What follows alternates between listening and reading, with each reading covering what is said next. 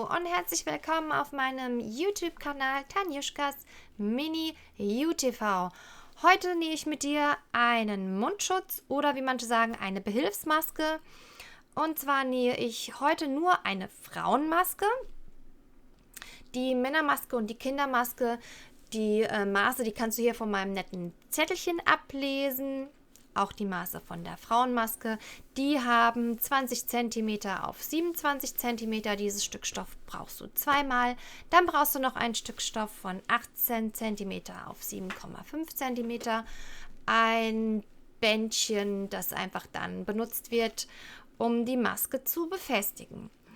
Ich hoffe, ich kann dir das ein wenig so erklären, dass es relativ gut umzusetzen ist. Ich habe im Netz nach verschiedenen Masken gesucht und bin jetzt einfach zu dem Entschluss gekommen, ich mache mal ein Video, mit dem ich am besten klarkam, habe optimiert und hoffe einfach, dass das ganz gut ankommt. Wenn dir das Video gefällt, dann lass mir doch bitte einen Daumen nach oben da. Du kannst dich auch gerne abonnieren. Und ich würde sagen, ran an die Nähmaschine, alles Material startklar und los geht's. Auf! So, ich habe hier zwei Stoffstücke vorbereitet. Und zwar einmal das hier nehme ich für außen. Und dieses hier, das nehme ich für innen. Die haben die Maske 27 cm auf 20 cm. Genau. Und dann habe ich hier noch das Inlay. Das hat die Maße 18 cm auf 7,5 cm. Da wird später dann der Filter, wenn man das möchte, einfach eingeschoben. So, man legt die zwei Stoffe aufeinander, und zwar die schöne Seite aufeinander. So. Dann falte ich das einmal in der Mitte und zeichne mir die Punkte ein. Und zwar messe ich da 6 cm ab und mache bei der 6 cm einen Punkt. Ich habe dann ganz normalen Filzstift genommen, andere nehmen Kreide oder was auch immer, diese Trickmarker, glaube ich, heißt es. Ich habe einen Filzstift, also 6 cm an der Seite, 6 cm oben. Und ja, der Stoff, der ist von T-Dox, wenn ich das hier so sagen darf. Ich finde, da gibt es immer ganz schöne Stoffe. Und ist auch nicht so teuer. Ja, so 6 cm oben. Und die 6 cm noch an der Seite. Dann habe ich da diese zwei Punkte, auf der anderen Seite auch. Die werden mit dem Lineal verbunden.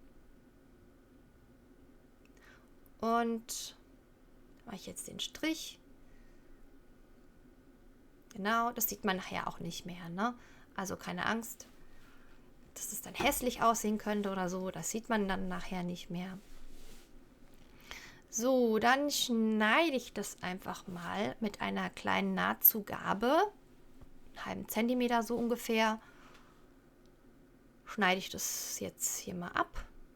Und da ich das ja gefaltet habe, schneidet sich das automatisch auch an der anderen Seite ab. So, abschneiden. Ja, so, das kommt dann weg. Das brauchen wir nicht mehr. Und das wird auch abgeschnitten. Das brauchen wir dann auch nicht mehr. So, einfach mal beiseite legen. Jetzt haben wir das abgeschnitten. Ich klappe das jetzt auf. So, das ist jetzt der Stoff, mit dem wir arbeiten. Das ist unser Schnittmuster. So, ich nähe das jetzt hier am Rand zusammen. Da oben und darunter. Dasselbe dann auf der anderen Seite. Mit einem Gradstich mache ich das. Darüber und darunter. Und die Öffnungen hier an der Seite, die bleiben offen, damit man das nachher auch drehen kann. Die werden später verschlossen. Hier oben arbeite ich dann noch einen Draht ein. Ich habe da einen Pfeifenputzer genommen. Man kann aber auch Blumendraht nehmen.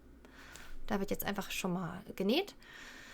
Den Draht an den Enden ein bisschen umbiegen, weil ich habe das am Anfang nicht gemacht und es piekst dann durch den Stoff durch. Also Ne? Also umbiegen, damit diese pieksige, scharfe Kante nicht durch den Stoff durchpiekst.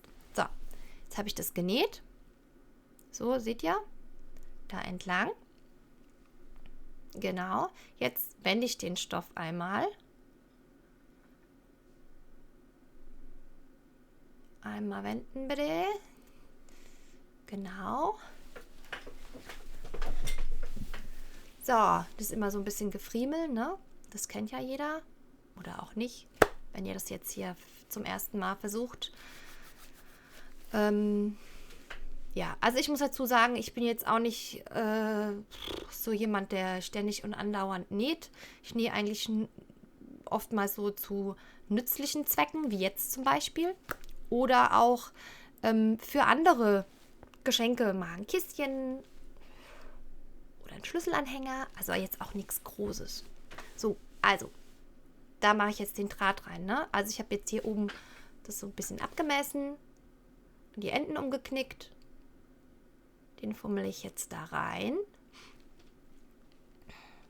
Und damit er dann auch später besser hält, steppe ich das hier auch einfach mit einem Gradstich nochmal ab. Müsst ihr aufpassen, dass er nicht aus Versehen über den Draht drüber näht. Ist nicht so gut, ne? So, okay, also da ist abgesteppt. Und jetzt, ja, das kann man dann gut biegen. Das hält dann gut um die Nase. Dann ist es dichter. So, jetzt wird es gebügelt. Schön bügeln. So, ich habe hier so ein kleines Reisebügeleisen. Ich glaube, das war von Chibo. Das hat mir meine Mama mal geschenkt. Ja. So. Andere Seite wird auch gebügelt. So, das ist das Inlay. Das wird umgeklappt hier um 2 cm. So, und umgebügelt. Dann klappt man das wieder auf. Ja, und dann wird es einfach so wieder einmal zusammengeklappt. So. Und nochmal festgebügelt. Das muss man auch nicht festnähen. Das hält auch so. Also dieses umgebügelte, ne? Ihr wisst ja, was ich meine. Oder du weißt ja, was ich meine.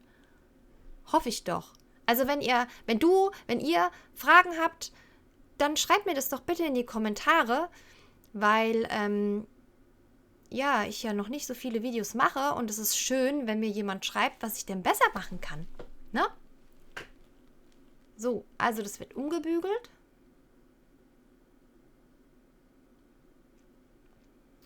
Ja, das lege ich zur Seite. Und dann wird hier umgeklappt auf 5 cm. Und es wird auch wieder gebügelt.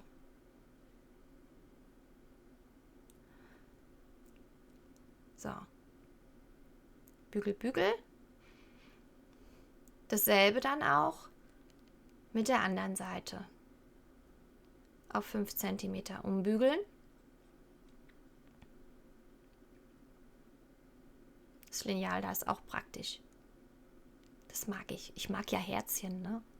So, das ist von Prüm oder Prüm oder wie auch immer, wie man das so sagt. So. Jetzt wird es aufgeklappt. Jetzt lege ich das Inlay rein.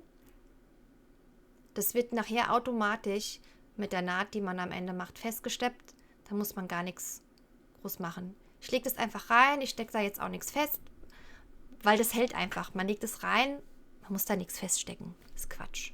So, also reingelegt, umgeklappt. Da oben ist der Bügeldraht.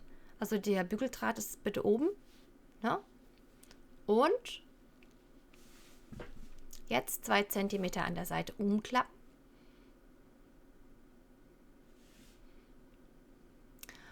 Und das wird dann auch wieder gebügelt, damit es besser hält. Man muss nicht unbedingt bügeln, aber es hält einfach besser. Man muss da nicht so viel rumfriemeln unter der Nähmaschine, weil es einfach besser hält. Ja, es wird jetzt umgeklappt nochmal. Ich mache das hier mit so Klemmerchen fest. So, die andere Seite auch umklappen auf 2 cm. Bügeln. Und dann wird es auch wieder aufgeklappt und nochmal eingeschlagen. Und bügeln, bügeln, bügeln.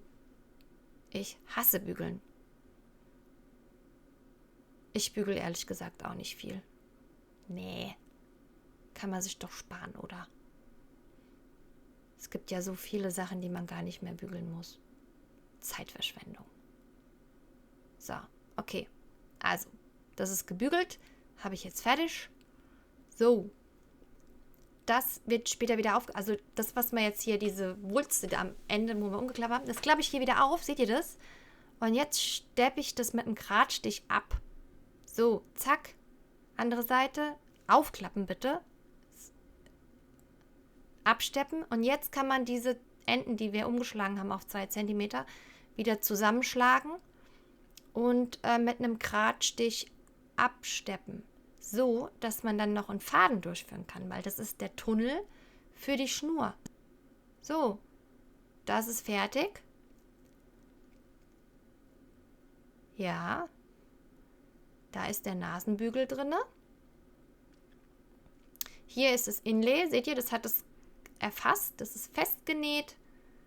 Und hier kann man den Filter reinstecken, wenn man möchte. So. Aber das ist schon ganz schön dick. Also ich muss sagen, man atmet doch schon ganz schön schwer dadurch, weil da es ja dann dreilagig ist und wenn da jetzt noch ein Filter reinkommt. Aber jeder wie er mag. So, ich messe hier schon ordentlich Kabel, wollte ich schon sagen, Schnur ab. Weil ich ja nicht weiß, wie viel derjenige, der die Maske trägt, braucht. Und derjenige, das ist meine liebe Mami, die kriegt die nämlich zugeschickt. Und ja, deswegen messe ich da schon ordentlich Schnur ab. Und für die andere Seite natürlich auch noch. Und die wird dann durchgefädelt mit einer Sicherheitsnadel. Das geht auch ratzfatz. Da man ja da an den Seiten schön brav den Tunnel gelassen hat. Ich hoffe, ich konnte es gut erklären. Bitte schreibt mir Kommentare, ob ich es gut erklärt habe. Okay, also das kommt durch.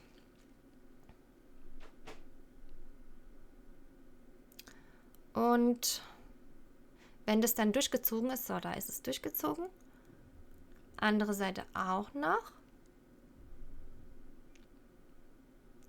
Mit der Sicherheitsnadel, ne? So. Schön durchziehen. Hopp, hopp.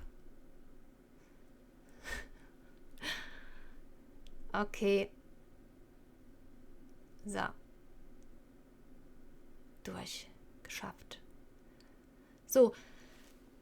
Das war auch schon fast alles. Oder eher gesagt, war es das auch schon. Es ist überhaupt kein Hexenwerk. So kann man es tragen, wenn man es um die Ohren binden möchte.